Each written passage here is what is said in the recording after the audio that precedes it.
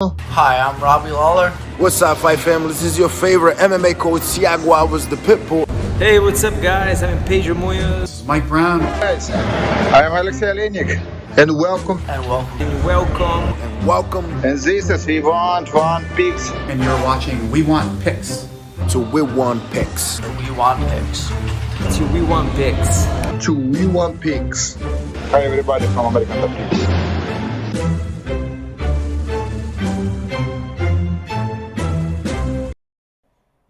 My name's Angelo, and welcome to We Want Picks. Jacob and I are going to break down the entire UFC Vegas 52 fight card. We're going to give you our picks, our bets, and our fantasy plays. And if you want 50 bucks for free, we're giving it away. Go to wewantpicks.com/bets. Sign up with any one of our 5 betting partners. Make a deposit, and we send you 50 bucks. It is literally that easy. wewantpicks.com/bets. And this stream is brought to you by EarnU. EarnU is the world's first sports and esports prediction game, allowing you to earn crypto risk-free. Check it out now at earnu.io. How you doing, Jakey boy? I'm doing great, man. I'm feeling good. It was a big weekend for both of us this past weekend. Lock of the week hits again. We're feeling great. You hit your lock. I hit two. I hit the main event. I got Rafa Garcia, who everybody was like giving me such a hard time for. Like it was such a ludicrous pick. I said I thought he should be a minus 300 favorite. People jumped down my throat. Turns out he looked like a minus 300 favorite. So congratulations to me. We're going to jump right in. This first fight's a little weird. It's a little weird. First up, at UFC Vegas 52, we have Dean Barry taking on Mike Jackson. Dean Barry 4-1 in his career. So he's only 4-1 in his last 5. And those are all stoppages. Mike Jackson 0-1-1 in his career. These graphics are correct. This is not a typo. He is 0-1-1 in his entire mixed martial arts career. His last fight was against CM Punk in 2018. Okay, this is opening the card.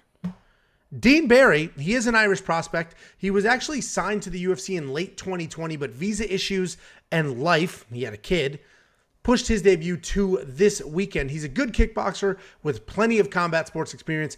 Even though he only has 5 pro MMA fights, he keeps his hands low in a karate style, but he will march you down and throw big 1-2s. He has fantastic side kicks, which he uses to enter exchanges or to keep you at range. He has a surprising amount of power considering he's really undersized for the welterweight division, and he's very vocal about wanting to fight at lightweight. His takedown defense is not the best, but he does have very good submission defense, and he can work his way back to his feet nicely.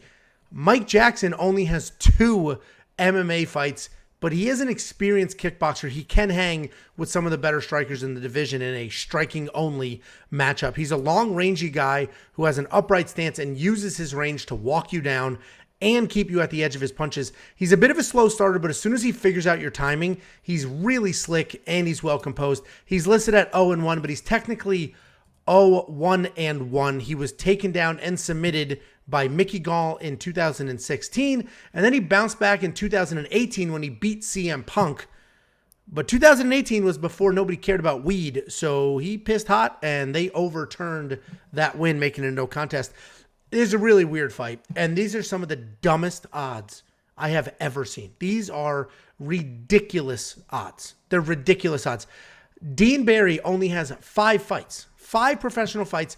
He's a striker, but he's somehow a minus 1,200 favorite over another striker who also only has 2 fights. The matchup is weird as hell. The odds are weird as hell. If Dean Barry was a nasty wrestler, then maybe that would make sense, right? Because even CM Punk was able to take down Mike Jackson. But this is striker versus striker. Neither guy has a ton of MMA experience. I do think Barry wins because he's got solid power and pressure, but let's be real. He's undersized for the division, and Dean Barry's last opponent, is 6-30.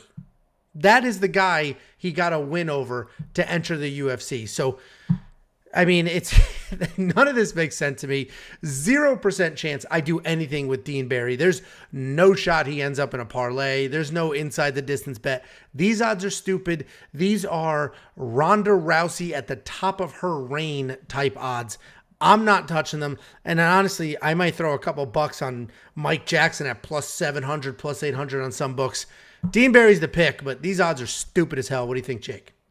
I think, first of all, it's a little disrespectful to have your name Michael Jackson and go by Mike. There's no way in hell I'm going. You know how many reservations? I mean, not anymore. I mean, rest in peace. But who has already reservation? If you call it, restaurant reservations for Michael Jackson. Yeah, sorry, it's stuff where I'm getting excited. Michael Jackson, he's an Indiana boy, man. I love Michael Jackson musically. So, yeah, these. I actually agree with these odds because if you look at Mike Jackson in those fights, my God. I don't even, this has got to be like some sort of prank where they called him and was like, do you want this fight? And he said yes, joking, not even realizing he's still like on the UFC roster. And all of a sudden he's like in this fight. And he's like, well, we already made it this far. You might as well just keep going with it. He's listed as his profession as an MMA photographer. He doesn't even call himself a fighter. Although, to your point, it does say that his combat record is 6-2 on his Twitter page with 5 knockouts. So I don't know where those other ones started coming out of.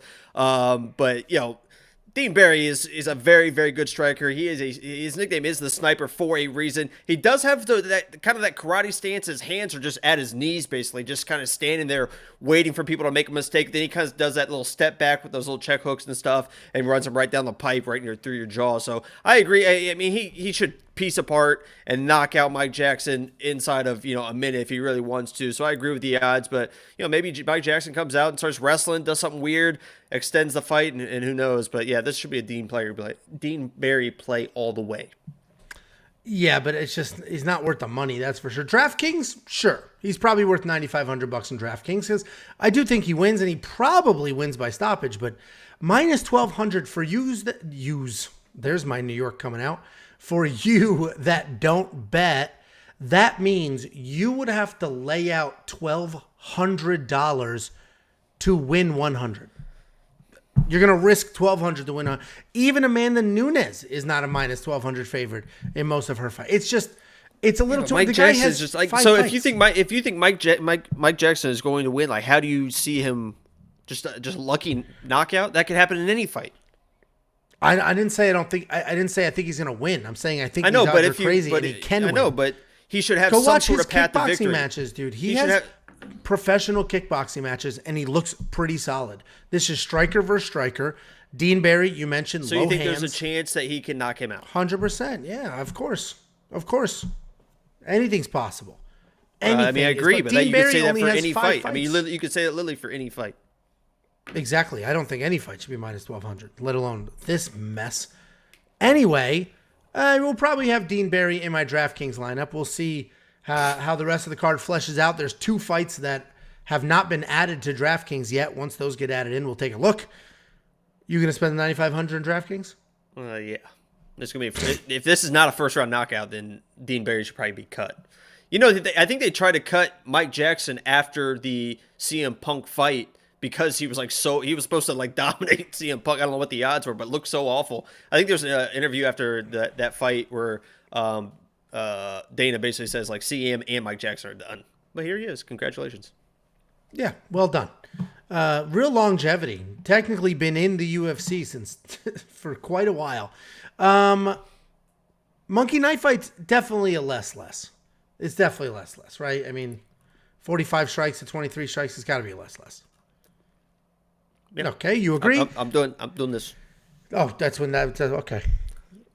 If you want to check out the new Batman. You're watching something. Okay. The new Batman came on HBO, so I'm watching that. Okay. This is quality program. I have a lot of money. I have HBO. I have a lot of money. I have HBO. So. You're using your sister's login. Anyway, Dean Barry is the pick. He'll probably be in DraftKings. No bets on him. If you want to check out Monkey Knife Fight, WeWantPicks.com/MKF. It is daily fantasy. It's super fun, super easy. And if you want $50 free, WeWantPicks.com/bets. Sign up with any one of our 5 betting partners. Make a deposit, and we send you $50. Next up, At UFC Vegas 52, we have Marcin Prachnio taking on Philipe Lins. Marcin Prachnio, 15-5 overall. He's 2-3 in his last 5, coming off a performance of the night bonus. Philipe Lins, get that thing under control. Get it under control. Unbelievable. Get it under control. It's not my dog. Yeah, I bet it isn't. Philipe Lins, 14-5 overall, 3-2 in his last 5, looking for his first UFC win. Marcin Prachnio was a big-time prospect. He came into the UFC undefeated, and then he dropped 3 fights in a row by first-round knockout. He seems to have put things together and went back to his traditional martial arts roots. He has 400 combat karate wins and an insanely long list of accomplishments.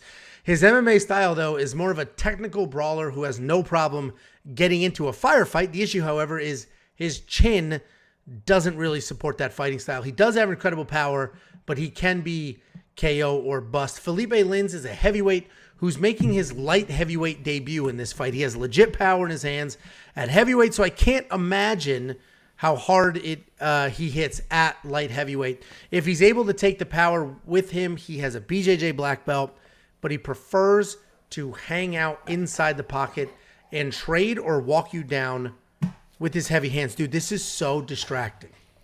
So distracting. I thought my mic was still muted, honestly. Anyway, Philipe Lins moving down the light heavyweight he has done light heavyweight in the past, just not in the UFC, and it has been a very long time.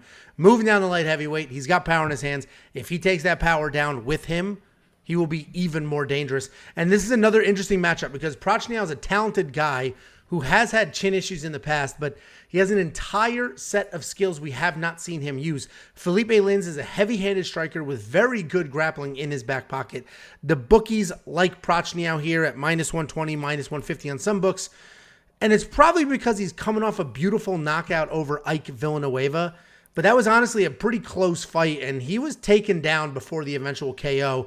Lins is 0-2 in the UFC, but he lost a decision to Andre Arlovski, and he was clubbed out by Tanner Boser. But I think Tanner Boser has proven to be a solid heavyweight, so I don't think that's a bad loss. And I actually like Philipe Lins to win this fight, but I will be watching the scales closely because it's been a while since he's been down at light heavyweight. So I want to see what he looks like on the scales, and if he looks good, he looks fresh, he looks big, then I'm all for it. And Philipe Lins is 100% the pick, and I may find a way to bet on him. But if he's looking a little sucked out, struggles a bit on the scale, then I just don't know if he's going to take that power with him, and we'll see what happens.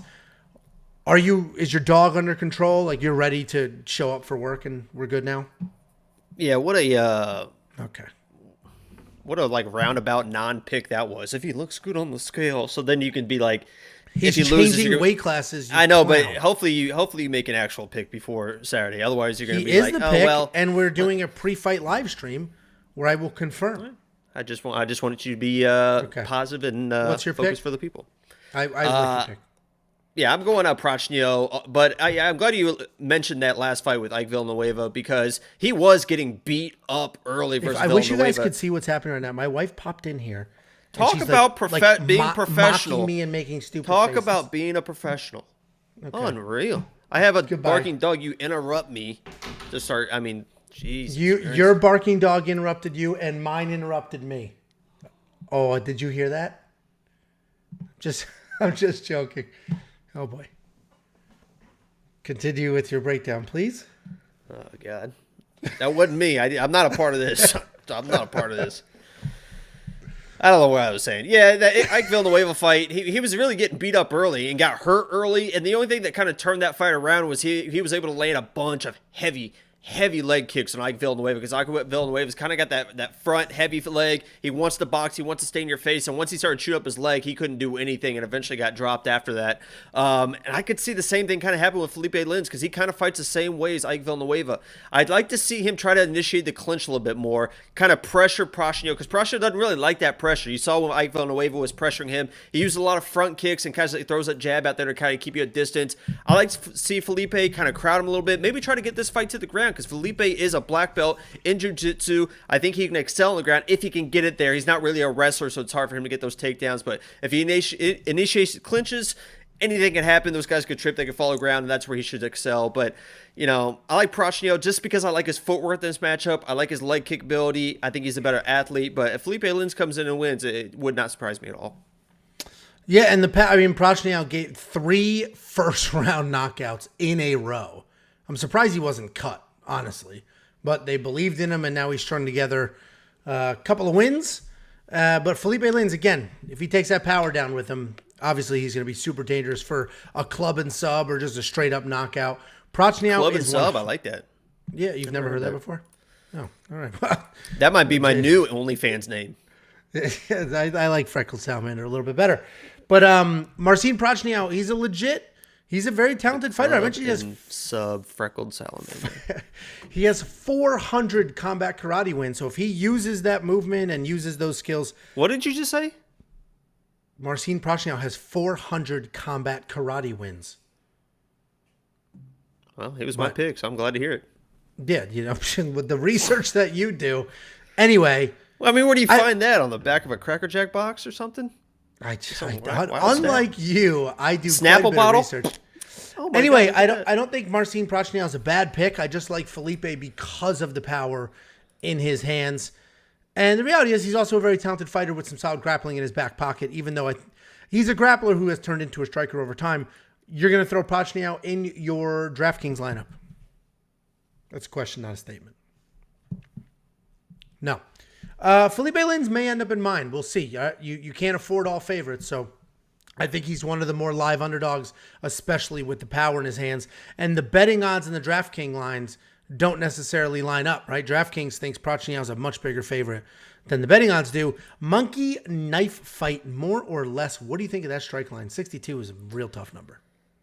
Yeah, that's a lot for these guys because they both have heavy hands and they both are prone to getting finished as well. So I don't like it. I don't know. I don't like it. I don't like it either because 62 is too high, 36 is too low. So maybe it's a less more situation and they're somewhere in the middle at like 40 until somebody goes down. But if you are confident in your Monkey Knife Fight pick, go to WeWantPicks.com/MKF. And if you want $50 free dollars, go to WeWantPicks.com/bets. We are giving $50 to anybody who signs up with one of our betting partners and makes a deposit. When I said that about Tiffany, I heard her from the hallway go, so I'm in for it. And everybody in the live chat is just making comments. I don't think they realize how terrifying she actually is. No, he's legit going to die. He's legit going to die. Next up at UFC Vegas 52, we have Aoriqileng taking on Cameron Elsay.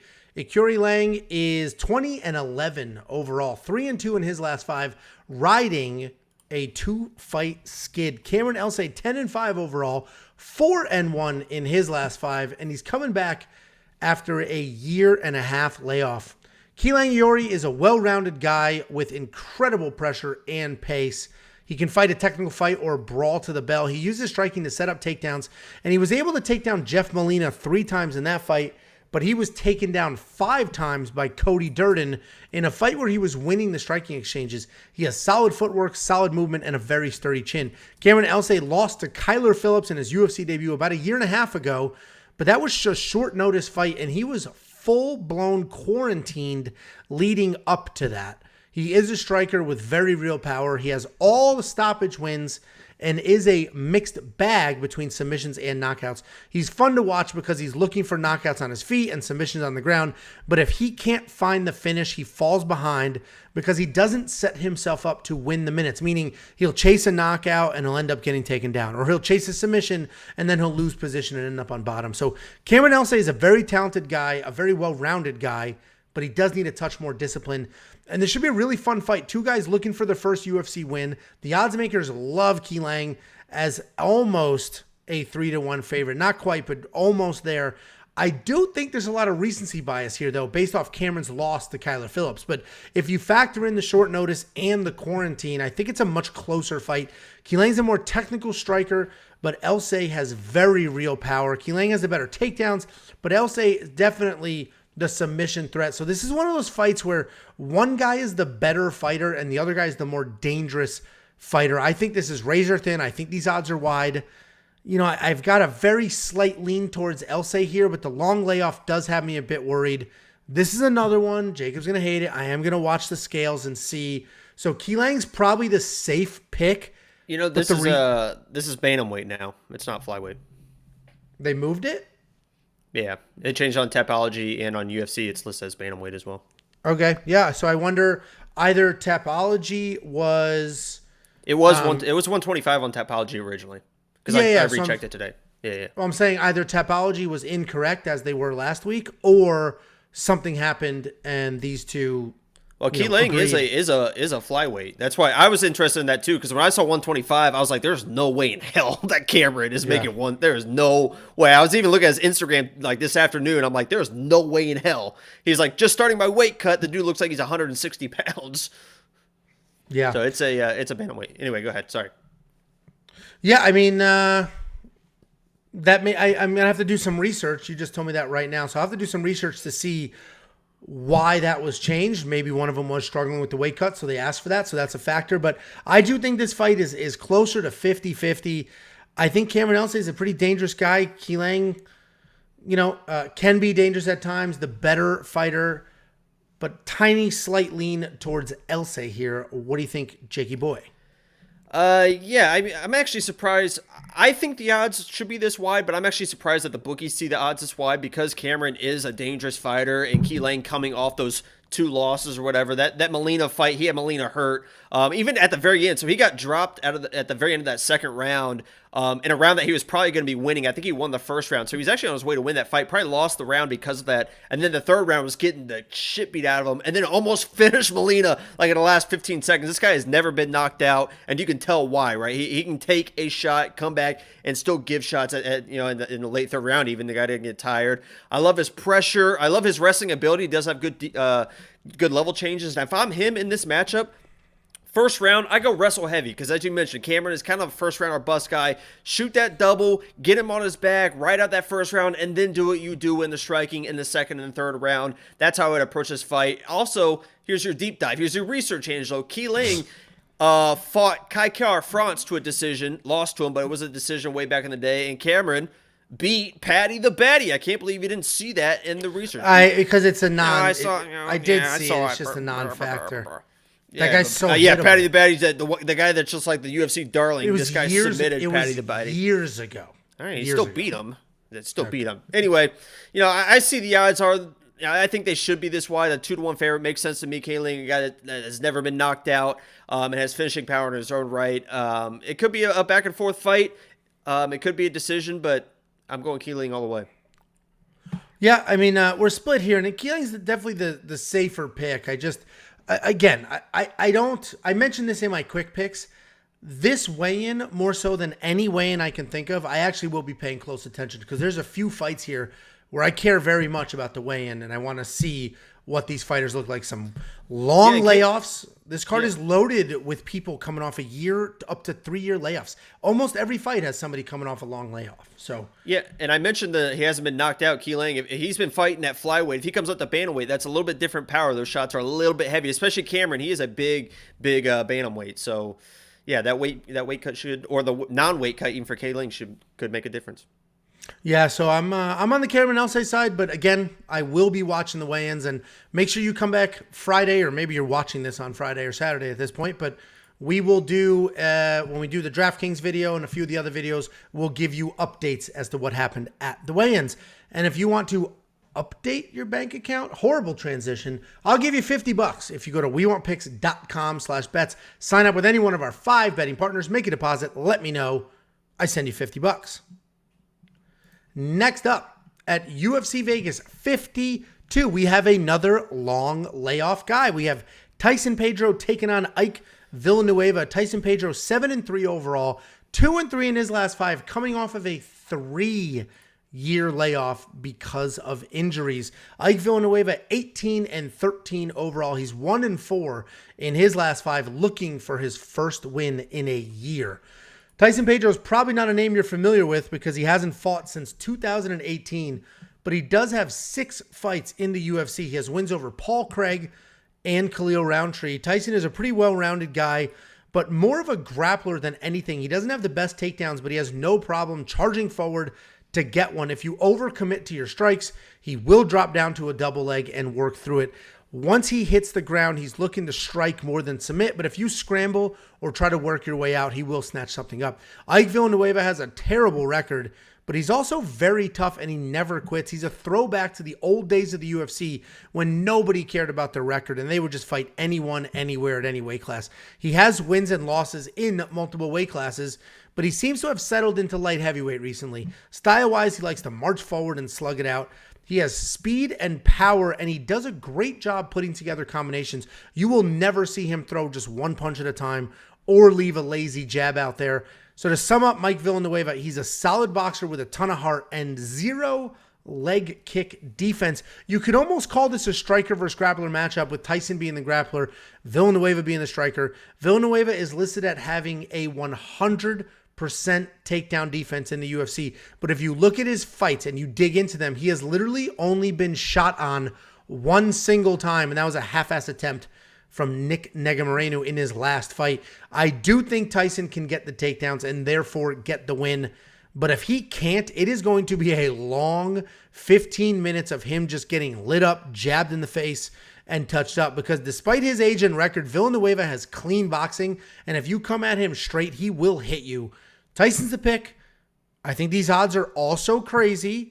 These are a little more close to accurate than the Dean Barry fight, but I do think these odds are super wide. Dude's coming off a 3-year layoff, and Ike Villanueva, he's only 1-4 in his last 5, but he goes out there. He's got solid hands, decent power, good footwork, and Tyson Pedro hasn't been punched in the face in 3 full years. Another one to watch the scales, a 3-year layoff. I have no idea what this guy's going to look like. None of us do.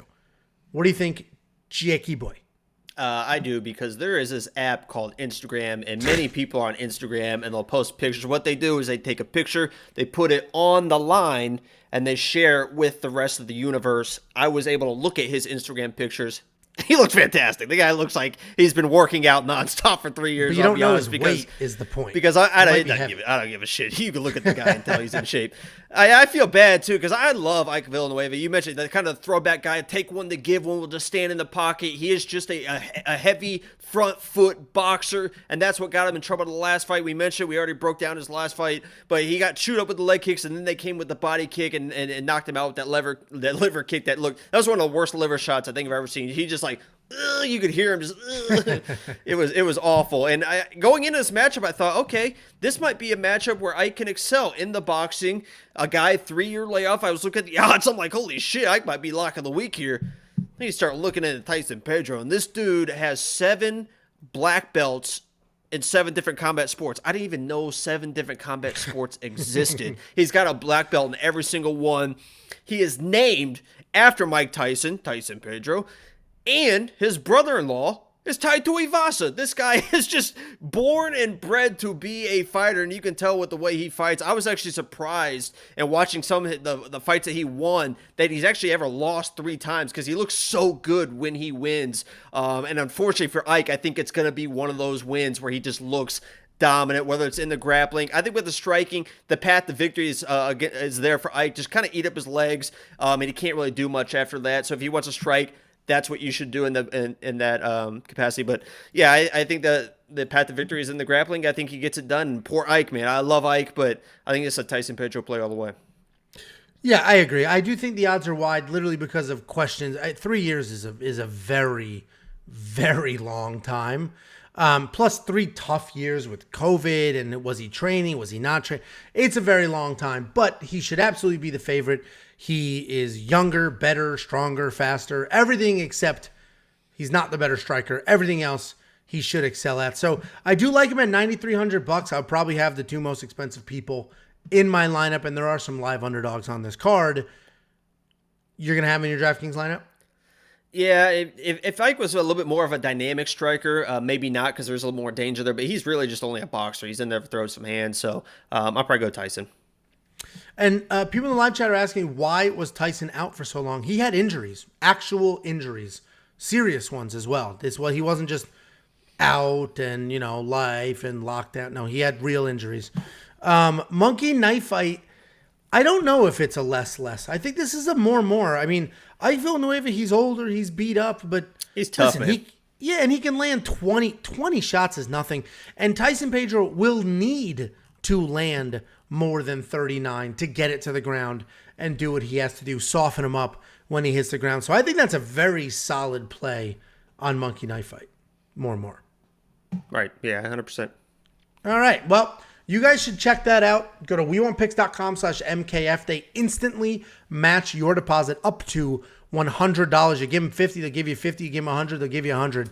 Throw in some money, they will match it. Use the match money. Play the more on this strike line before it moves, because these lines do move with the money. And if you want 50 free dollars, go to WeWantPicks.com/bets. Sign up with any one of our 5 betting partners, and we send you $50 as a thank you. Next up, at UFC Vegas 52, this fight was on, then off, and now it's back on. So officially, Sergey Khandozhko is still on this card, even though yesterday he was removed. But he's on. This fight is on as of now. We have Dwight Grant taking on Sergey Khandozhko. That's not even close. Dwight Grant, 11-4 overall, 3-2 in his last 5, coming off a split decision loss to Francisco Trinaldo. Sergey, 27-6 overall, 3-2 in his last 5, coming back after a 2-year layoff. So again, this card is loaded with people coming back after very long layoffs. Dwight Grant is very tall, he's very long, and he has really clean striking, and he uses that range well. He has a ton of power, solid takedown defense, and questionable cardio. He has 2 losses in the UFC. His loss against Trinaldo was a split decision that came down to control time, and in his fight against Daniel Rodriguez, he was knocked out pretty bad. But if you watch it, he was winning those exchanges. He should have gotten his own knockout, but he blew his wide, and then he was stopped. Sergey Khandozhko is a creative striker with great speed, power, and combinations. He has excellent counter-striking while maintaining forward pressure. He can march forward, throwing bombs from his hips, or fight a technical kickboxing match. I love his pressure, his pace, and his ability to snatch up submissions and scrambles. This should be a really fun fight, and this is excellent matchmaking. Both of these guys are fun strikers with real power. Both of them have positive striking differentials and are very comfortable slugging it out. I think Grant has more power, but Sergey has better counter-striking. Grant definitely has the better takedowns, but Sergey is probably the better grappler. And this is a fantastic fight and such a hard pick. My head is telling me to pick Grant for his experience and speed, but my gut is saying to pick Sergey because of his incredible pressure and his willingness to chase a stoppage. I am going to go with Grant here, but if his cardio slips up even a tiny bit, Sergey's pressure is going to steal those rounds. So I'm going with Dwight Grant here. He is the pick. What are your thoughts, Jake? Yeah, that last fight against Trinaldo was a split decision, but it was a fight that Trinaldo lost a point, got a point deduction in the 3rd round. And what I didn't like about that was Dwight Grant was getting beat up to that point. He knew that Trinaldo lost a point in that 3rd round. That was a chance to make it a 10-8 round and get a draw out of that situation. And Trinaldo came out and took him down and just really kind of mauled him for the rest of the round. That was his opportunity to kind of steal the fight back, and he just kind of folded. He didn't look interested almost. It was very, very weird. He is very, very long, and he uses his jab well to keep that length, but Sergey is also another tall, lanky guy, so I don't think the length is going to be to his advantage that it normally is in his fights. You know what's also funny about that Trinaldo fight was when they announced the scorecards, I think it was 29-27, 29-27, and then they had the first card they read was a 29-27 for Grant, which it was like, how the hell did he win that? And somebody from the crowd, they go, the first judge, blah, blah, blah, 29-27, Grant. And somebody goes, what? Because it was at the Apex, so it's like real quiet. So somebody goes, what? Like, what the hell kind of good scorecard is that? He actually has 4 split decisions in his last 6 fights. So if there's a weird prop bet for a split decision, you might want to throw some money on that. But you know, I think he has the length. I actually think he has the precision in this matchup with the strikes. He's very precise, but I think the speed advantage is very much in the favor with Sergey, and that's, I think, is what separates. I think Sergey's punches are going to be there a little bit quicker than Grant's. If Grant can maybe wrestle, But I think Sergey takedown defense is good enough, and he is a good enough grappler to withstand that. But I'm going to go with Sergey because I think he's just got a little bit better striker in this matchup. And I didn't like the lack of killer instinct in Dwight Grant's last fight. Yeah, I didn't. I almost picked Sergey. The only reason I went with Grant is the layoff, and he does have some power, but yeah, I mean, this is another one. I'm going to watch the scales. If he shows up on the scales, fantastic, tons of energy, ready to go, and it doesn't look like a 2-year layoff matters, then great. So this is, I'm not a big, what I don't do here is full breakdowns, make picks, and then be like, oh, but you have to watch our live stream for our final picks. I don't do that, but this honestly is the week where it may matter because picks may change. 2-year layoff, 3-year layoff, 1.5. Like, there's so many things going on this week. So Sergey was my pick, and then I was like, I just can't do it. That's such a long layoff here. And Dwight Grant is dangerous, does have power, does hit hard. So anyway, you and I are split here, 7,900 to 8,300. You throw in Sergey in your DraftKings lineup at $8,300. No, probably because of that layoff that you mentioned. It's a little worrisome. I think he's a better fighter, but yeah, not interested. And then Monkey Knife Fight 39 to 82. That's basically saying a very dominant decision is what that's saying there. So you think Sergey wins? You think he gets in 82 strikes and somehow Dwight is only held to 39? Yeah, I think it's a more or less situation because Grant's always pumping that jab out there, and because they're so long, he's probably gonna be landing a lot of those. And Sergey I think he's gonna win and might be winning a decision, so he's gonna be. But yeah, 82 is a lot. Yeah, I think you're right. I think more or less is the play there. So check that out at wewantpicks.com/MKF. Sign up, make a deposit. They will instantly match that deposit up to $100. And if you want $50 from us, wewantpicks.com/bets. Sign up with any one of our 5 betting partners, make a deposit, and we send you $50 as a thank you. And you guys are giving me a hard time for pronouncing Sergey's last name. I appreciate some of you wrote it out phonetically. Somebody in the comment section the other day offered to go on the Discord and write out everybody's names phonetically for me. So anybody wants to do that, our Discord is 100% free. Everything we do is free. In the description of this video, go to the Discord. Actually, the comment too, I'll put. Go to the Discord and write out the complicated names phonetically, and I'd appreciate it. I also love the comments that say, a little professionalism, bro. Dude, it's a podcast. Chill out. There's your professionalism right there, buddy. Okay, settle down. Okay? All right. Next up, at UFC Vegas 52, we have the always exciting Jourdain Wright taking on a late replacement, Marc-Andre Barriault. Jourdain Wright, 12-2 overall, 3-2 in his last 5. He's coming off a knockout loss to Bruno Silva. Marc-Andre Barriault, 13-5 overall, 2-1 coming off a KO loss just 2 months ago. And Marc-Andre stepping up on somewhat short notice against the always dangerous Jourdain Wright. And Jourdain Wright's a rangy karate-style striker with a 100% finish rate, and that finish rate is on both sides, both the wins and the losses. All of them have been finishes. He has big power, and he's obviously always looking for that finish. He's an in-and-out karate style, and that works really well where he strikes both on the entries and on the exits. He strikes coming in, he strikes coming out of the pocket. He doesn't have much of a wrestling offense, but he is tricky on the ground and in scrambles. He's coming off the KO loss to Bruno Silva, and in that fight, it was very clear that even though Jourdain Wright is a dangerous fighter, there are levels to power in MMA. Marc-Andre Barriault is a pretty well-rounded fighter with solid kickboxing and takedowns. His jiu-jitsu is solid, but his takedowns can use some work. Marc-Andre is typically looking to pressure forward and wear you down on your feet. He's coming off a bad knockout to Chidi Njokuani, which may not have fully recovered from yet. And this is another example of great matchmaking. 2 fun strikers who will go at it and will chase a win. And very simply, I think Jourdain Wright is the more dangerous fighter, but Marc-Andre is the better fighter. I don't think Marc-Andre has fully recovered from his loss to Chidi Njokuani, and I'm surprised he's not still suspended. So I've been around the sport a very long time. I've managed fighters that have been on both sides of the knockout. I have never seen somebody not suspended for 90 days.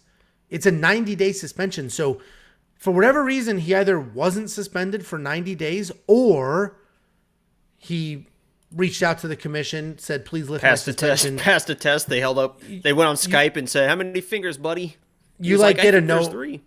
You get a note from your doctor and send it in. And, so it's. My brain is okay. But honestly, so he may have gotten the suspension lessened, but it's typically 90 days, and we are inside that window. So I don't know if Marc-Andre has fully recovered from that. And either way, it's a short notice fight. We know how dangerous Jourdain Wright can be. I just think Jourdain Wright, he's super dangerous. And what's funny is when I show this, I'll just show the stats now. Jourdain Wright has the most insane striking differential. He lands 8 significant strikes per minute, which is an astronomical number. And he is also hit with over 8 significant strikes per minute. So this dude is just throwing it out there, getting it back in return. But I do think Wright wins. I'm leaning Wright. The fact that this is a short notice fight for Marc-Andre, the fact that he was just absolutely leveled 2 months ago, it takes time for your brain to heal from that. And Jourdain Wright's super dangerous because Marc-Andre's not as dangerous. He'll march you down, he'll work you from there, but he's not going to take your head off your body. So I think Jourdain Wright gets this done, and he is an underdog. So he's a solid underdog pick here. What do you think, Jakey boy? Yeah, I was surprised to see him as an underdog, especially with Marc-Andre being that short notice fighter, and it was short notice enough to where they needed catch weight in this fight. He couldn't make it all the way down to 185. He asked for catch weight. That's fine, but who knows what kind of condition he's been in, why he took this fight. You mentioned the knockout a couple of months ago. And this is a guy that's 13-5, but he has 3 split decision wins. Can you hear me? I was lagging on my screen. Sorry. No. It was lagging on my screen. But yeah, he has 3 split decision wins. This could easily be a 10-8 fighter who is known as a knockout guy, but his knockout power hasn't translated into the UFC. It's a lot of split decisions, like I mentioned, a lot of losses. And Jourdain Wright is a guy, because you mentioned how many times he gets hit, he gets in trouble with people that have that real power. Joaquin Buckley, Bruno Silva, those guys have real power, were able to land the real shots that knocked him out. And Bruno Silva's a guy that just went toe-to-toe with Alex Pereira as well. So that loss actually kind of holds up a little bit, especially the Joaquin Buckley as well. This guy's losing to power guys that knock him out, but those are some really good guys he's losing to. He's a very dynamic striker, and he's also very, very slick on the ground. I wish that he would use his ground game a little bit more. In the regional scene coming up, he has a lot of submission wins. He's very slick down there. He's almost like the, I don't want to, kind of jinx it because he also got knocked out, but this is like the Mickey in the ground game. Not a great wrestler, but once you're down there, he's dangerous in that kind of MMA jiu-jitsu type of way. And Marc-Andre, when I watch him fight, I don't see a lot. I mean, he's a very good guy. He's very, very well-rounded everywhere, but he's supposed to be known as this power guy, but I don't see the power in his shot. It's short notice. Just got knocked out 2 months ago. This could be a 10-8 fighter who shouldn't even be in the UFC.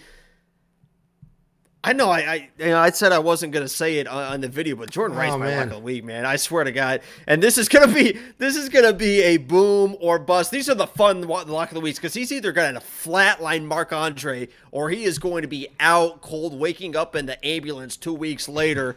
So this is gonna be a fun lock of the week, guys. I was going back and forth. I had some people I was considering, but yeah, Jourdain Wright is the lock of the week. Beverly Hills Ninja. He's going to knock him out. I don't hate that lock of the week. And what's funny is I didn't have odds. So I did my quick picks, right? I put out quick picks on Sunday nights. It's a faster breakdown. I leave out some of the details, and it's only me. I didn't have odds, so I didn't know what the odds were. I assumed Jourdain Wright was a good-sized favorite. And then after I filmed it and uploaded it and everybody watched it, then I saw the odds. I was like, holy shit, Jourdain Wright's the underdog? I couldn't believe it either. That's how we find the lock of the weeks. Thank you, Angelo. You're getting there. You're getting there. You're figuring it out. And yeah, somebody did mention that was the first time Marc-Andre's ever been knocked out. And sometimes, as Angelo's mentioned before, it takes one and you lose your chin, especially coming back this soon on your first knockout. Who knows? That means we don't know how he's going to react after a knockout.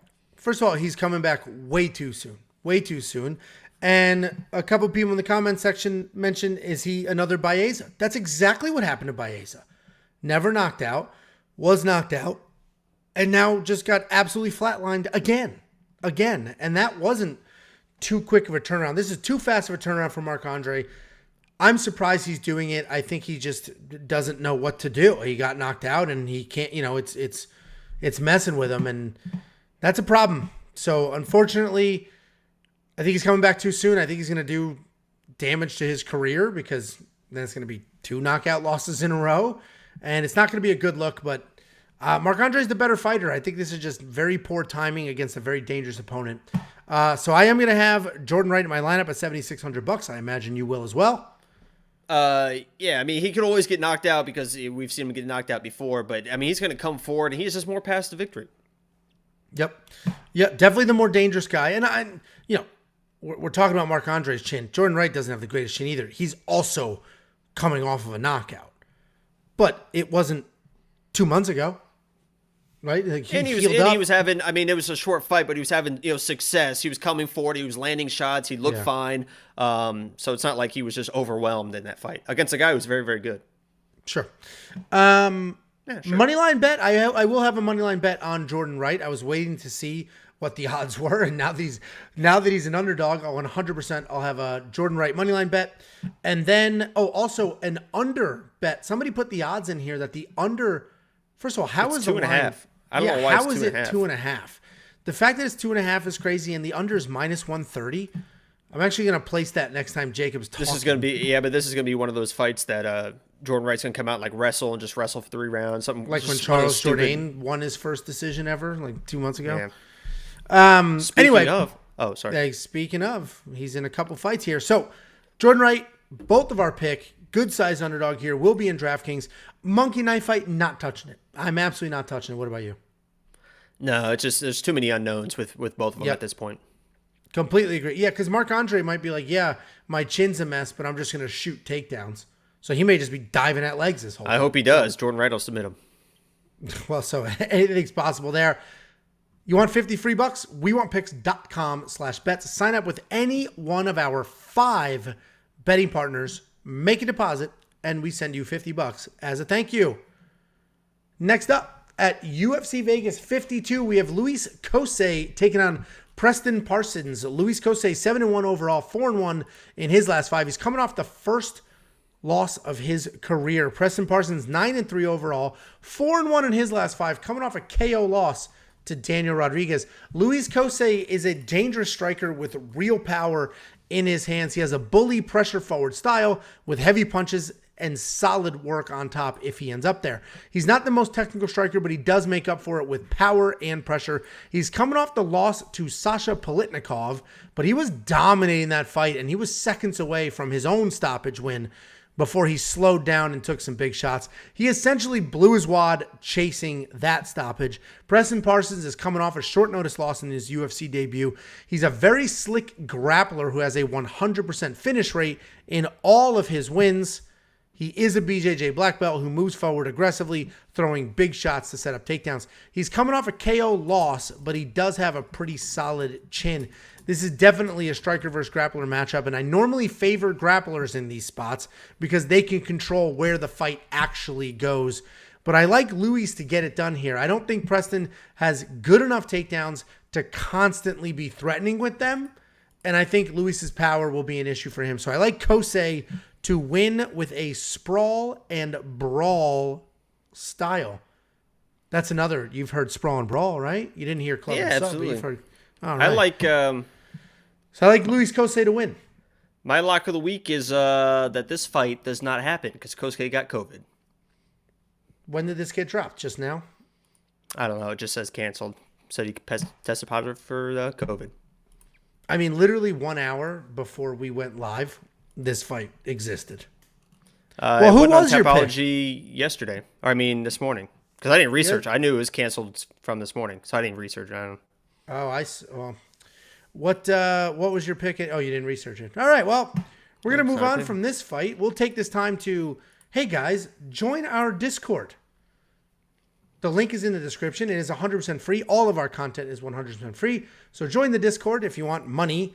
Go to WeWantPicks.com/bets. Sign up there. We'll give you 50 bucks. And we have swag. WeWantPicks.com. We have swag. That's it. Next up, At UFC Vegas 52, we have Charles Jourdain taking on Lando Vannata. Charles Jourdain, 12-4 overall, 2-2-1 in his last 5, coming off the first decision win of his career. Lando Vannata, 3-2 in his last 5, 12-5 overall, and he has been alternating wins and losses. Charles Jourdain is a fun come-forward striker with a great chin. He's incredibly fast, has great timing, and is willing to take chances with spinning and flying attacks. He's coming off the very first decision win of his career in an awesome fight against Andre. If you didn't watch that fight, all you need to do is watch the last 30 seconds. It'll tell you everything you need to know about Charles Jourdain. He was literally throwing bombs from his hips and just screaming at Andre. He was supposed to fight Ilia Topuria in January, and honestly, thankfully he didn't, and that fight was canceled because I think Ilia Topuria blows through Charles Jourdain. Lando Vannata is coming off his successful featherweight debut in a win against Mike-Grundy, where even though he was taken down 3 times, he was able to almost triple the strikes landed. Lando is a flashy striker with crazy kicks and spinning attacks. He comes out fast and is absolutely not a slow starter. His takedown defense is just okay, and even though this is striker versus striker, he might need it. Charles Jourdain has shot some solid takedowns in the past. On paper, this card is not very good, but there are a few fights like this one that will make it a ton of fun. Some real sleeper fights here. Both of these guys are fun and flashy strikers who will put it all out there to chase a finish. If this stays standing, I think they are very evenly matched, but Jourdain's volume could be the difference. But he gets hit with almost 5 significant strikes per minute, which is well above the UFC average, which sits around 3 something. They have solid chins, so they should be able to slug it out for a while. I actually think the difference here will be the grappling of Vannata. He doesn't have a ton of takedowns, but if he threatens with them, he can have success both with the takedowns and his striking. He took down Bobby Green 5 times. He fought Bobby Green twice. So in those 2 matchups, he took him down 5 times. I think his pressure and his size at 145 will be an issue for Charles Jourdain. So I like Lando Vannata to win this matchup. 2 guys, I mean, the stats are almost identical. Tons of volume output. Both hit like crazy. What do you think, Jakey boy? Yeah, this is his second fight, Vannata's second fight at featherweight. In his debut, he looked great versus Grundy. Didn't look like he had any issues with the weight cut. Looked like he belonged there. I think that weight and that size advantage will help in this fight. And I'm actually surprised the odds are what they are. I know everyone loves Charles Jourdain. I love Charles Jourdain, even though I picked against him as lock of the week with Marcelo Rojo. And there's a reason I did that, because I didn't think Charles Jourdain is that good. I still don't think he's really that. I mean, he's a very, very good fighter, but he's more tough than anything. And you mentioned those fights. Every single fight that he's in where he looks like the tough guy, he's busted up, he's bleeding, he gets hit because he does wild stuff, and that's why we like him, but that's why he loses fights as well. And in this fight, Lando Vannata is a much, much more technical, well-rounded fighter than Charles Jourdain. I'm actually very, very surprised that Charles Jourdain is the favorite. It's kind of like, I guess, what have you done for me lately? And everyone knows Charles Jourdain is just like absolute warrior that's going to go out and leave it all on a shield, but sometimes that can get you in bad situations. And with Lando Vannata in his technical striking ability, with his grappling abilities, I think he's just a more well-rounded fighter, a better fighter overall than Charles Jourdain. So as much I love Charles Jourdain and I like his toughness, his willingness to throw down, I got to go with the better fighter, and that's Lando Vannata. I'm with you. I'm surprised. I thought you were a simp for Charles Jourdain. I am surprised here. No, I picked against him as lock of the week for a reason. I see holes in his game. What does Connor say? He says Connor's got a quote like that. But anyway, yeah, I'm Vannata. All right. Well, we're both on Vannata's side. Vannata, what is his? I mean, he averages more than 1 takedown per fight. And Charles Jourdain, I did mention he has, not necessarily in the UFC, but he has mixed in takedowns in the past. If you look at some research, and they're pretty well timed because nobody expects them. Lando Vannata was taken down 3 times. Granted, that was Mike-Grundy, but he was taken down 3 times in that fight. So it's not crazy that Charles Jourdain potentially would shoot a takedown if he's getting out crazied by also crazy striker Lando Vannata. $7,700 in DraftKings. I think that's a great price, especially if he works in some grappling. What do you think? Maybe. Okay. Well, you're going to need some underdogs in your lineup. 115 money line, that's solid. I would probably do a sprinkle there. But these guys are tough. I don't know if there's a finish. So what do you think of this monkey knife fight line? I think it's more less. 93 so many. And Charles Jourdain, I don't think is just going to be able to walk and do whatever the hell he wants. More. More. You think Charles Jourdain lands more than 93 strikes? That's why I said more, yeah. That's typically how it goes. Okay. Oh, man. If I was at your house, I'd kick your dog. Okay? Honestly, if you kick, I would literally end your life. I would find a way to end your life. If you just walked in my apartment and just kicked my dog, I would end your life and spend the rest of my life in prison. Very happy. I wouldn't kick you. Your dog's name is Indy. Indy's not a bad dog. She drools like an unreasonable amount, but she's not a bad dog. I don't know why you say that. It's like me with the bad teeth. Well, that you making fun of your teeth is just an Indiana thing because your teeth are fine, but your dog is a drooler. And if you want to drool over 50 free bucks, WeWantPicks.com/bets. Sign up with any one of our 5 betting partners.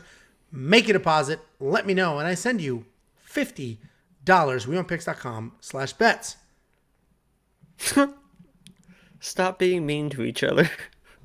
The people who say that I'm like too mean to you or that's not how friends talk, I don't think they have friends because I am nicer to you than any of my childhood friends are to me to this day. Is this a recent picture of Manel Kape?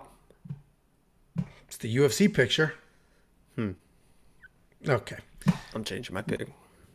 Next up at UFC Vegas 52, we have Mudaerji taking on Manel Kape. Mudaerji's 15-4 overall, 3-2 in his last 5, coming off a year-long layoff. Manel Kape, 17-6 overall, 3-2 in his last 5, coming off 2 knockout wins in a row. Mudaerji's a fast striker with laser pinpoint accuracy and solid volume. He does not have much power, but because he's so fast and his movement is so well timed, he can get stoppages. He's got plenty of cardio, a great in and out style, and he can out decision most people who are not looking to take him down. Manel Kape is fast and explosive, and he's a solid striker who has no issues chasing knockouts. He's a southpaw with good pressure and bounces in and out of range really well. He's a decent wrestler when he needs to be, and he closes distance really well when he wants to. He's very fun to watch, but at times he's having too much fun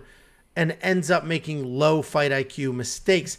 This is a fun striker versus striker matchup with 2 guys who fight very differently. Mudaerji is looking to fight a fast, technical kickboxing match where Manel is looking to walk you down and use his explosiveness. I did a Mike Tyson explosiveness. Both guys have solid... I would make fun of Mike. Both guys have solid takedown defense, but I don't think it's going to matter in this fight. If we look at the stats, Mudaerji has a 2-1 striking differential where he is landing twice as many significant strikes as his opponents, and Manel has the same output, but is hit every single time, so an equal 1-1 striking differential. I think Mudaerji is the more technical striker, but Manel's the more dangerous one. I'm going with Mudaerji here, but another guy, this long layoff could be a problem, and I will be biting my nails this entire fight because of how dangerous Manel Kape is, but go watch some footage on Mudaerji. That guy, laser pinpoint accuracy, and I love it. What do you think, Jake E. Boy? I'm actually really, really surprised. I thought you were a Manel Kape guy. You're not a Manel Kape guy? I am a I can't think the word I'm looking for. Yeah, I know a couple words you're thinking of. No, I'm very biased on the opposite side of Manel Kape because I picked against him against I think Matthias Nikolai. He lost, and I was like, I don't think this guy's too good. He's very cocky. He's like calling out like champions after his last 2 fights. But then he beat Ode Osborne. I was like, okay, if he beats Zalgas, I will start to respect Manel Kape because that was a big fight. He knocked out that dude in the first round. Looked great doing it. Unfortunately, I almost picked Sue as my lock of the week. I'm on your side, Angelo. There's something about Manel Kape I cannot wrap my head around it. He's a very, very good fighter, but 17-6. He's not this world beater that he pretends that he is. If he is able to use the wrestling in this matchup, I think that's his path to victory because Sue is a dynamic striker, and he is fast. Those kicks that he throws, the leg kicks, the body kicks, the head kicks are fast as shit, and he is long, and he knows how to use that length. And the last fight against Adashev's striking was 28 out of 123 strikes. That guy threw 123 strikes and landed 28. If my math is correct, that's less than half. Strikes landed. So it was not a good situation. I think Manel Kape kind of runs into that same issue. Is he able to close the gap and wrestle? I think that's his path to victory, but I think he's going to have problems with the speed of Tszyu, the length of Tszyu, and I'm Tszyu all the way in this matchup. I guess I understand why he's the underdog, because Kape's coming over the back-to-back first-round knockouts. But 2 wild knockouts, yeah. But, Tszyu is no joke. No, he's very good, and just go back and watch the tape. I mean, he's fast and accurate, and a lot of you are commenting he's coming off knee surgery. I know he's coming off knee surgery. I know that was a layoff, but it's a full year. Let's assume half of it was the surgery and recovery, and another half a year was just getting back into fighting shape and trusting his knee. You got to trust the process, right? I have to trust. A year is a very long time. If he was out for 3 years, I'd be, oh God, who knows? If he was out for 4 months, yikes, is he recovered yet? A year for knee surgery is probably right okay. Yeah, it's probably he needed okay something to get done. He cleaned it up, and people get surgeries all the time. Yeah, I do Not me, worry. because I'm built like a fucking freight train. Yeah. I do worry that, when strikers take time off, they lose their timing. And timing is everything with Mudaerji. So that does worry me a little bit. And maybe I'm not giving Manel Kape enough credit.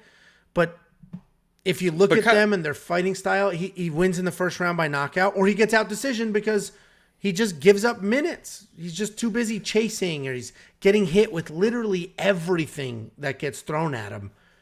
And if that's the fight he fights, Mudaerji lights him up. Doesn't put him away, but lights him up.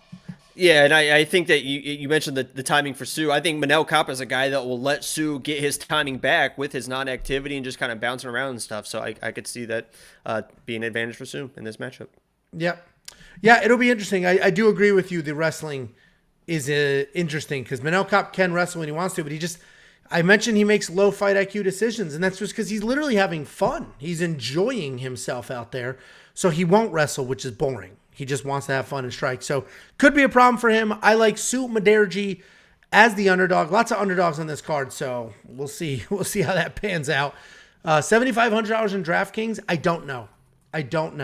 We'll have to see, because while I do think he wins, I don't think he's live for a stoppage.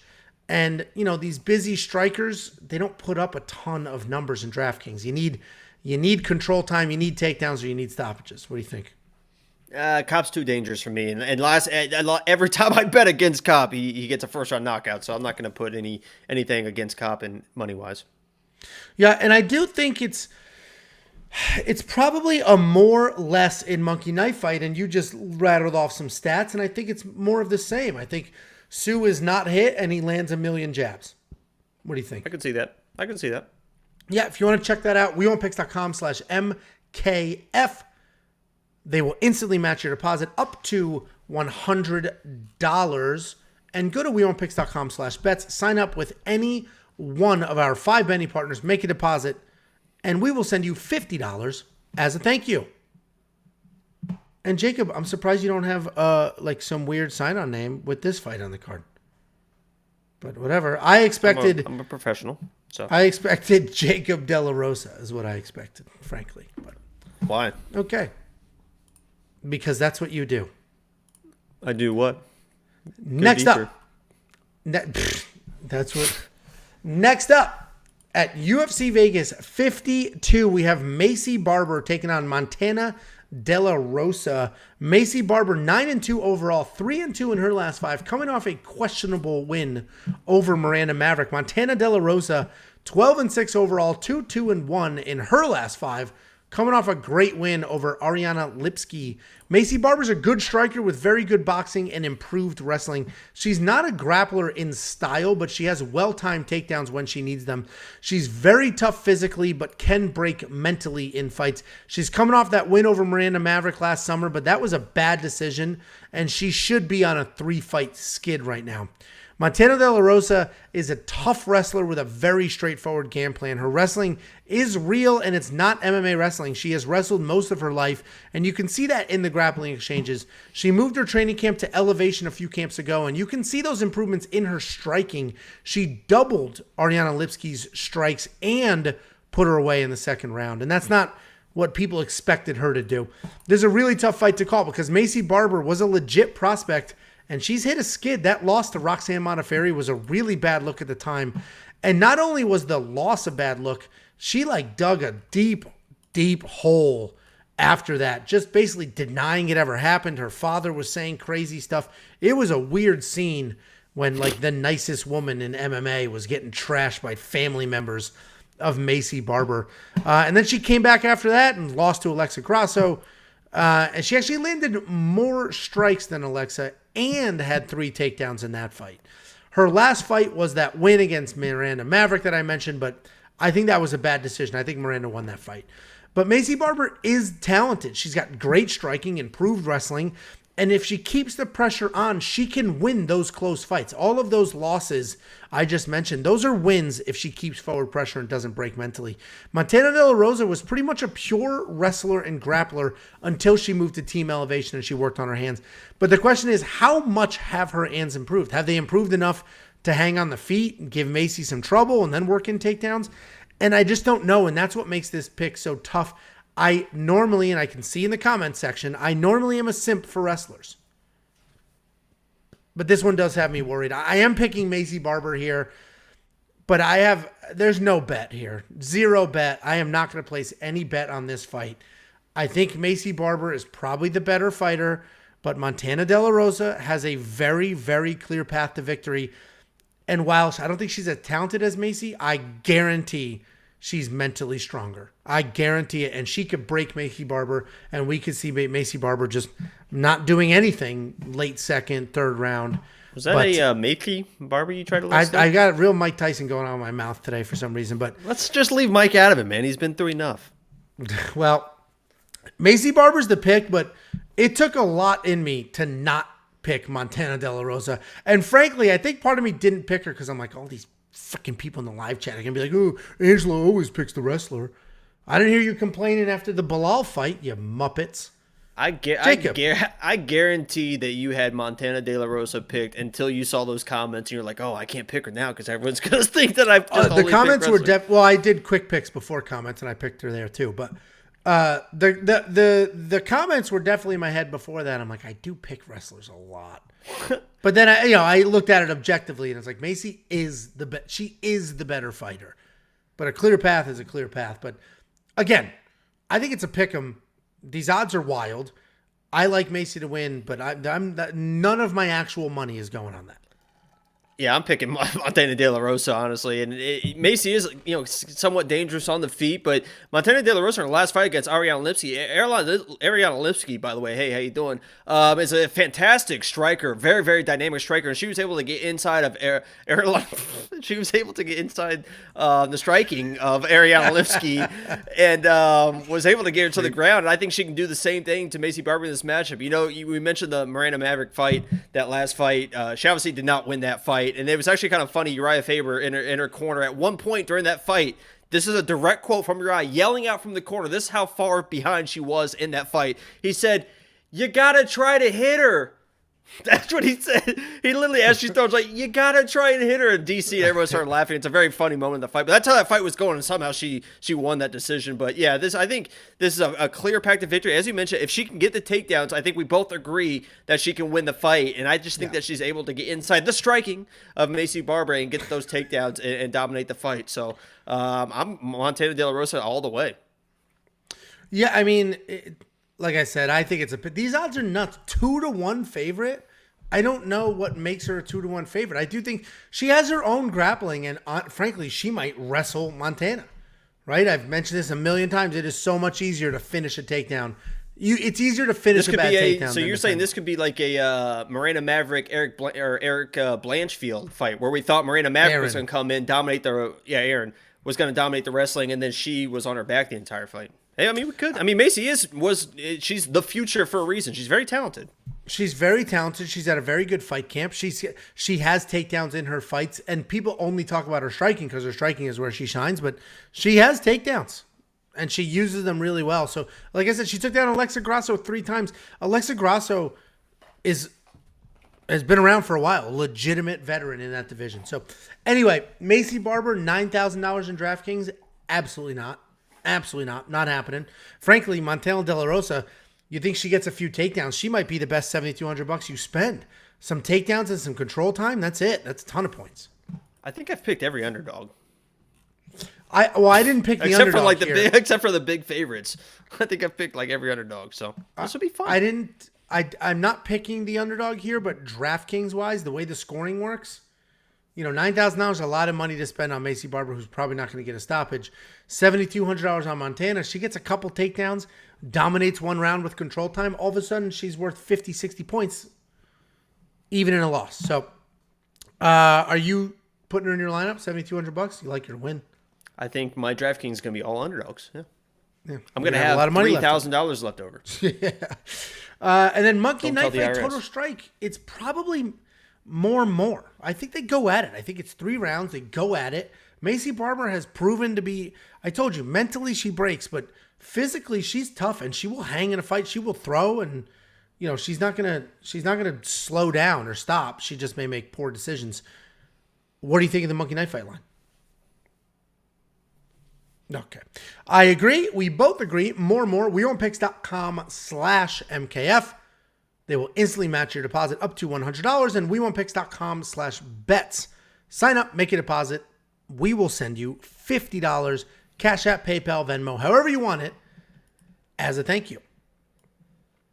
Next up at UFC Vegas 52, we have Clay Guida taking on Claudio Puelles. Clay Guida, 37-21 overall, 2-3 in his last 5, coming off one of the most impressive comeback wins you will ever see. Claudio Puelles, 11-2 overall, 4-1 in his last 5, riding a 4-fight win streak. Clay Guida is a legend, and he is officially over 40 years old. He's definitely starting to slow down, but even a slow Clay Guida is very high-paced guy with great cardio, relentless wrestling, and solid striking. He makes up for some technical gaps with speed, volume, and pace. He's coming off an insane come-from-behind win over Leandro Santos. He was completely outstruck, almost finished, and then somehow weathered the storm and got his own submission win to pretty much cement his legacy as one of the most exciting guys to ever fight in the UFC. Claudio Puelles is a fantastic grappler. He's coming off a knee bar win over Chris Grutzmacher. Before that, he had a decision win over Jordan Leavitt, and that was after a 2-year layoff. He's only 26 years old, and he has a good amount of experience. He is a grappler. He does use kicks well to keep distance, and he's never out of a fight. And we saw that with Philipe Silva. He was on his way to losing a decision before he snatched up a knee bar. He averages around 3 takedowns per fight, but he does have a negative striking differential of almost 1-2, so he is hit twice for every 1 strike he lands. This fight's somewhat similar to Clay's last fight as far as styles are concerned. The difference here, though, is that Claudio Puelles is young, he's hungry, he's dangerous. In Clay's ridiculously long 35-fight UFC career, he only has 2 wins against people who took him down. So in 35 fights, there have only been 2 times where he was taken down and won the fight. And I always say, I just said it last breakdown, it is much easier to finish a bad takedown than it is to defend a good one. And I see Puelles entertaining the striking, but ultimately pushing that grappling game plan, shooting takedowns, and getting Clay to the ground. I don't think he's going to submit Clay, but I also don't think he's going to have too much trouble dealing with Clay's movement and riding him out for a 3-round decision. So I am surprisingly going against Clay Guida here. I like Claudio Puelles to win. My man, Clay Guida, the original first ever lock of the week. Over a year ago when we first started doing lock of the week, I started 0-2, and my man, Clay Guida, came through for me against Michael Johnson. Felt good seeing that. I looked at this matchup, and I looked at it once. I looked at it twice. I texted you, Angela. I'm like, I can't believe Clay Guida is a favorite. Then I looked into it a little bit more. You mentioned Puelles as the grappler that he is. I rewatched that Jourdain Levitt fight, and I thought it was kind of a beat. When I remember in my mind, it was a beating that Puelles put on Levitt bell to bell. But he was taken down by Levitt, and he's one of those jiu-jitsu guys that doesn't really have great takedowns. He's not a wrestler, and he kind of relies on his scrambling ability to win those exchanges. So even if you try to take him down, he will go with the takedown and kind of try to roll through it to win a scramble, and he usually does, and that's how he was able to win that fight versus Jourdain Levitt, was he won most of those scrambles. But against a real wrestler like Clay Guida, I don't know if he can rely on just winning a scramble versus Clay Guida. Clay Guida is a very good grappler in his own right. And even Mark Madsen didn't even try to wrestle with Clay Guida because he knows how exhausting and tiring Clay Guida can make those fights. Yes, you can get on his hips, but he's going to give everything he has to make sure he does not get on the ground. And if he does, he is very capable on the ground to get back at his feet or threaten submission in his own right. And Puelles is a very, very patient guy in those scrambles. And usually that's a good thing. Against Jourdain Levitt, he was able to kind of go through step by step. You see him, he doesn't get too excited. He doesn't freak out. He doesn't try to power through scrambles. But against a guy like Clay Guida, I almost think that you have to have a little bit more sense of urgency in those scrambles. And if this comes down to, I know I keep saying scrambles over and over, but if this comes down to it, I think I like Clay Guida to win those. Yeah, Clay. I like Clay Guida to win those. Former Lock of the Week guy, and he actually, I was thinking about making him my Lock of the Week, but the rules say it's got to be an underdog. He is the favorite right now, which was a little bit surprising. But when I look at this fight, I don't see where Puelles wins the fight. Does he win like a wrestling decision? I don't think so. Does he finish Clay Guida? Good luck doing that, especially on the ground. Maybe he gets a weird knockout or something. But Clay Guida, with his pace and his wrestling ability, I gotta go with Clay Guida. I honestly can't believe he's a favorite, but I'm picking Clay Guida. I just think he has more paths to victory, and I don't see where Puelles is better than Clay Guida. And just pure jiu-jitsu, maybe, but Clay Guida's been there, man. I don't disagree with you. I don't disagree with anything you're saying. I think these odds are probably correct, honestly. I just like Claudio Puelles because if you look at Clay Guida, let's look at his last two fights. He lost a striking match to Mark Madsen. And in his last fight, he was 99% out. Barely survived. Leandro Santos, who's also 40-something years old, got tired himself and then lost. So I hear you, Clay Guida. I'm a big Clay Guida guy. I also picked him against Mike Johnson in that fight. He's very talented. Did you make him your lock, though? I can't remember. Yeah, no, I don't need gimmicks. So. No gimmicks. Yeah, I didn't think so. Yeah, okay. I think he's fading fast. I don't think he's anywhere near what he used to be, and I think it's just been shielded by the fact that he had that comeback. How do you think Puelles wins the fight? How do you see Puelles winning the fight? I see him getting takedowns and controlling and dominating. I think his takedowns. I also think he can win the striking exchanges. Clay Guida's movement he's not going to win the striking versus Guida. Mark Madsen, there wasn't a person on earth that said the Olympic wrestler Mark Madsen is a much better striker than Puelles. It doesn't matter. Nobody thought it was even possible. And he basically...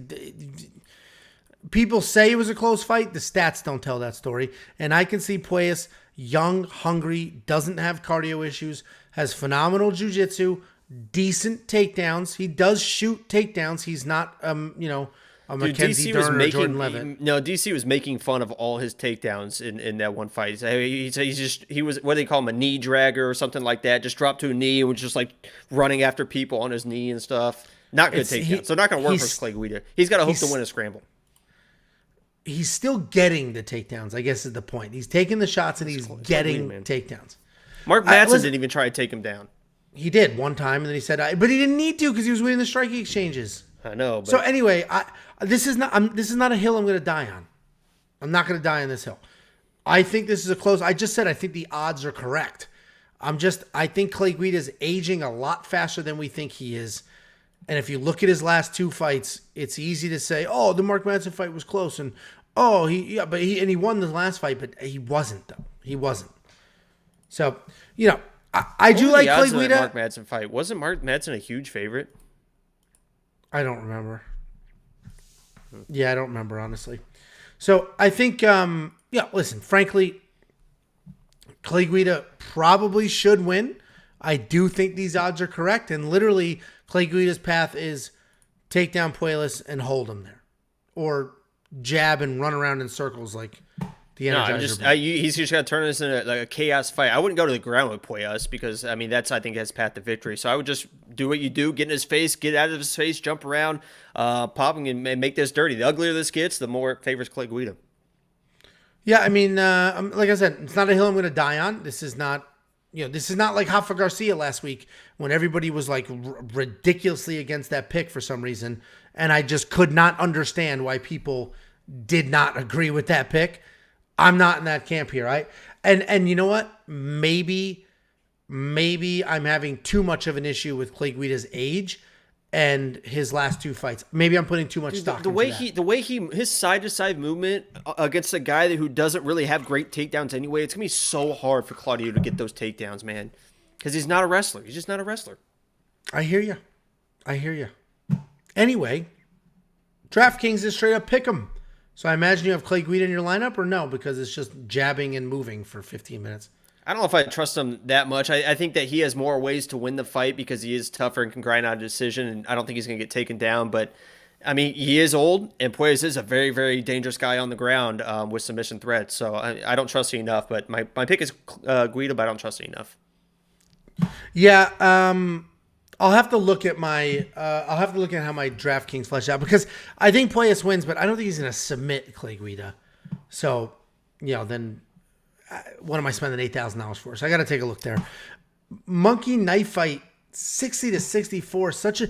It's so funny that it's like dead even because if anybody who thinks Clay Guida wins thinks he's freaking like a cartoon, just a tornado of dust, and he's just punching Puelles in the face the whole time, right? So I'm surprised that they have an even strike line here. So what do you think of this monkey knife fight strike line? More. Okay, you're just writing essays. Yeah, I don't know what to do with that strike line. Maybe it's a more. I do think it's a pretty competitive fight, and they go at it. Jacob Lines in the live chat is going to get banned.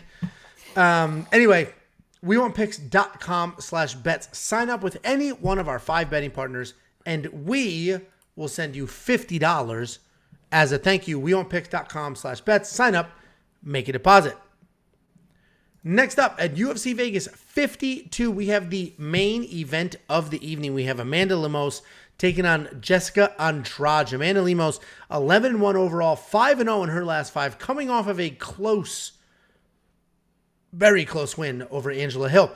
Jessica Andrade, 22-9 overall. She's 2-3 in her last 5, coming off a KO win over Cynthia Calvillo. I mentioned this in my quick picks video. A lot of you guys are going to complain, oh, what a horrible main event. This card is trash. 2 women in the main event. But frankly, I actually don't mind this main event at all. These are 2 very good women. They're both in very exciting fights. And this has straight up title implications. That this is almost, quite possibly a title number eliminator. A number 1 contender. It's definitely fight. a title eliminator. Yeah, so I don't think it's, the hate that it's a woman main event is absurd to me because this is a really fun fight and maybe more fun than, it might be the best fight in the card. We'll see what happens. Lemos hits harder than most male strawweights. That's the way, you're not wrong there. Amanda Lemos is very big for the division. She's a Muay Thai striker with fast hands, a ton of power, as Jacob mentioned, and she does a very good job keeping her fights at Muay Thai range. She has 6 fights in the UFC. She did lose her 100% takedown accuracy when she went 0 for 3 against Angela Hill. She has power in her hands and she's dangerous on the ground. And if it wasn't for her less than stellar performance in her last fight, I actually think she'd be the favorite here. I think the odds makers saw the fight against Angela Hill and they're like, whoa, maybe she's a little bit too hyped of a prospect. Because if I think she blew through Angela Hill the way the odds said that she would, I think she'd be the favorite here. Jessica Andrade, a former world champion and contender at multiple weight classes. She has beaten some of the best women on planet Earth, including Raquel Pennington, Claudia Gadelha, Tisha Torres, Rose Namajunas, and more. She also lost to the best in the world like Valentina Shevchenko, Joanna Jędrzejczyk, and Wei Li. She did lose to Raquel Pennington, so some of those were 1-1 fights, but she has beaten the best and lost to only the best. She has not lost to anyone that wasn't a champion or a contender, but she has only lost to the best in the world, and they were all very competitive fights. Technique-wise, Jessica's a good striker with a ton of power, and her power isn't just in her hands. Look at how she KO'd Rose Namajunas by straight up dumping her on her head, which is technically illegal. It is against the rules to slam somebody on their head, but she dumped her, knocked her out, and that's cemented her legacy as a champion. She's very good on the ground and uses solid ground and pound. Her BJJ is not the best, but her takedowns are also not technical, but they're effective. She'll pick you up, she'll dump you, she'll start pounding away, she'll work from there, and she is a big-time bully, and she has a lot of success with that bully style when she can be a bully. If she can't be a bully and she needs to rely on clean technique, she can struggle at times. And this is a great fight. It's definitely the right fight to make here. Amanda Lemos has steadily climbed the ranks, and Jessica Andrade continues to destroy anyone who isn't the champion. Right now, the odds have Andrade as almost a 2-1 favorite. I do think that's fair. I mentioned I think Lemos would be the favorite if she beat Angela Hill, but more convincingly. I do think the odds are pretty fair because Jessica Andrade is a proven entity. She continues to pass every single test that comes her way. Amanda Lemos, on the other hand, looked unstoppable until the Angela Hill fight. Frankly, she should have lost that fight. I think you were screaming that she lost that fight, right? Didn't you pick Angela Hill and you thought Amanda lost that fight? Okay. Wow. Incredibly helpful. And frankly, Angela Hill is a mid-level fighter to me. I do not think she's one of the best in the world. And the fact that that fight was so competitive was not a good look. And I might be putting way too much stock into how Amanda looked in that fight.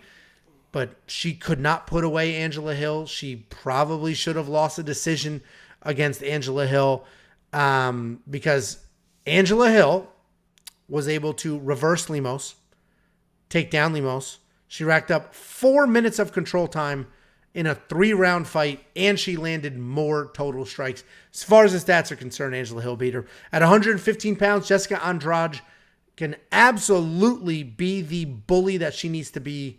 So I see Jessica Andrade bullying her way to a solid decision, but Amanda Lemos hits like a truck, and she may make me look stupid here, but I like Andrade to be a bully. What do you think? I mean, that is the line of this fight because Andrade excels when she can just bully people, and that's how she fights. She gets in there, she body locks you, she throws you to the ground, and she just beats the living shit out of you, and she is not going to bully Amanda Lemos. Let's talk about the Angela Hill fight because Angela Hill has never been knocked out in her UFC career. You mentioned Lemos is supposed to run through her. A minute into the fight, Lemos hits her with a front kick and throws her on her back, nearly knocks her unconscious, and for some reason went to the ground with her. That was a fight IQ mistake, and Angela Hill was able to grind out the fight after that, but the KO shot was there. She hit her with the front kick, she knocked her nearly unconscious, and she lets her back to the position. She finished that fight the way she's supposed to. She looks like the world beater that she is because she has that unreal power, and what we saw in that Angela Hill fight was she has cardio. She carried that power into the third round, was still throwing very, very heavy shots into the third round. There were some shots from Angela Hill as well, some grappling, some takedown shots where Amanda Lemos was able to scramble out of positions, get back to her feet in the third round of that fight where she put a lot into those first couple rounds. I know that she was on her back at some points that fight, but I just don't see Andrade being able to get inside the distance to those body lock situations and taking her to the ground. Andrade only wins when she can out-muscle somebody. That's why she struggled going up in weight. That's why she's back down. You saw with the bigger girls what happens. Valentina Shevchenko, not saying that Amanda Lemos is a Valentina Shevchenko, but she could probably hit harder than Valentina Shevchenko. That girl hits hard, man, and she is precise with those strikes. She knocks everyone out, including nearly Angela Hill in her last fight. I think she does the same thing on Andrade. I can't believe that she was the underdog. I thought that she'd be the favorite in this matchup. If it wasn't for the Beverly Hill Ninja, I was going to make her probably my lock of the week as well. I love her in this matchup. I think her power translates. I think she knocks out Andrade, and Andrade can't get inside to get those takedowns. Yeah, we're split here, and this might be a hill that I am willing to die on because I think Jessica Andrade can bully. First of all, 22 wins against some of the best women on planet Earth. That is a lot of experience. She has been in there with literally the best in multiple divisions. And at 150, if this was 125, I agree with you. But this is at 115. And she is strong, powerful, can fight the full 5 rounds. Forward pressure, can work the clinch, can hold her there. She can take big shots. I do think Jessica Andrade can bully here, can win here. Amanda Lemos hits hard. She's looked very good. But she didn't look great in that Angela Hill fight. And it is hard to just take one single fight. But there have been situations in the past where Amanda Lemos was pushed around a little bit, controlled a little bit, and then able to pull it out with a knockout because of that power. I would say Amanda Lemos is almost knockout or bust because, okay, she did not knock out Angela Hill. She won that decision that a lot of people disagreed with. But if it wasn't for the knockdown, she definitely loses that fight. So I think she is knockout or bust. I can't see her winning this fight if she doesn't knock out Andrade. And who has knocked out Andrade that Amanda Lemos is going to do it? So I like Jessica Andrade to do what she does, right? I was wrong with Aspen Ladd and Raquel Pennington. This is a similar matchup. Jessica Andrade is going to Raquel Pennington, Amanda Lemos. Push her around, hold her down, just put the squeeze on her, be a bully. Yeah, I do agree with kind of the knockout or bust. I think Lemos in this fight specifically against Andrade with so much experience, I think she probably needs to give herself 2 rounds. If she's training for this fight to I'm going to play it safe and try to make sure I have cardio for 5 rounds, I wouldn't play that game. I would throw it all in the 2 rounds because after it gets to 2 or 3 rounds, you're probably going to lose anyway, so who cares if you have cardio, if you get lose by a little bit or lose by a lot. Go in all 2 rounds, the first 2 rounds, blow your load, get the knockout, get out of there. Because I think if this sees a 3rd round or past that, it probably is Andrade's fight. I mean, that's a pretty funny game plan. If you're her coach, we don't need cardio. Don't even worry about the cardio. Yeah, I mean, some fighters literally fight like that. They just go all in on the first round, and then all of a sudden it's the end of the first round, like, oh shit. I mean, that was Conor basically. He didn't fight he ended up being that kind of fighter, but he's one of those guys where if you get him out of the first round, yeah. No, and Amanda Lemos is the Conor McGregor of the women's strawweight division. Well, the good news is we're split here, but there are a lot of. Neither one of us are like complete morons right now, right? We're both spitting facts here. We're both very logical, and I can see in the live chat people are split. And that point is this is a good main event. That's what you want in a main event, right? You don't want a main event where somebody's a 9-1 favorite and you're positive you know who's going to win. You want these main events where you're not positive of the outcome. And whoever wins is going to get a title shot. I think it's a solid main event. I'm good for it. $7,300 Amanda Lemos. She'll 100% be worth it if she gets a knockout. Are you going to have her in your DraftKings lineup or you don't trust her that much to take Well, this is the issue. I literally have picked like so many underdogs. So I have a lot of people in that money range. So it's Andrade's tough. She's definitely probably one of the better favorites on this card. But as far as like just complete abilities. But yeah, I'll have to take a look at it, see how it plays out. Yeah, and Jessica Andrade at $8,900. The problem is I do like the other big-time 9,000-something fighters, so I don't know if I can afford Andrade and the other, so I'll have to take a closer look, but she's probably a solid DraftKings. First of all, it's 5 rounds. Second of all, she puts in work. Takedowns are 5 points. Control time against the cage or the ground is worth it. So Jessica Andrade probably puts up some big-time points here. And she's probably worth the $8,900. Monkey Knife Fight Strike Line. I do think this is, if not a decision, a very late stoppage. They should get past these numbers. I see a more and more fight here with Andrade being busy. Lemos, like you said, chasing stoppages that don't necessarily get there. The strike is going to be 2-0. It's going to be a boom, boom, fight over. 2-0. Okay. Yep. Solid betting advice there. You should take that. Go to wewantpicks.com/MKF. Sign up. They will instantly match your deposit. And then just do what Jacob says. And if you get it wrong, just his Twitter handle is right there in his screen name. Just let him know, hey, my kids we can't even get my kids Lunchables. So he'll send you money to feed your kids. That's what he does. I might get Lunchable sounds so good right now. What's your favorite Lunchable? Pizza? No, well, I was literally going to say not the pizza ones. It's cold. Just good old fashioned. I know, but you didn't take the ham. Turkey's away. Turkey always comes with a Crunch Bar. That's a win-win. No, they've changed it up. They all like come with nope. Turkey with Crunch gummy Bar. worms now. What? Yeah, lots of gummy worms. Most of them have gummy worms now. Or Oreos, which is always annoying. Anyway. Oreos are a mess. Oreos are such a mess to eat. I don't mind Oreos, but I got to be in the mood. It's not Oreo's not like, ooh, I have Oreos. It's like, yeah, all right. You're like digging them out of your teeth for the next hour. Yeah. I was thinking of a You don't care, but look at my teeth. Yeah. I was thinking of a teeth joke for you. I had nothing. Anyway, wewantpicks.com/bet. Sign up, make a deposit. Let us know if you do. We will send you $50. Thank you all very much for hanging out during the live stream. Let us know in the comments below who you think wins.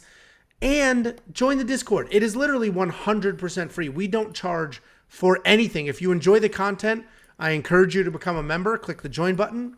It's incredibly supportive. But absorb, take your own notes, make your own decisions. Let us know what those are. We'll see you guys later this week for even more content.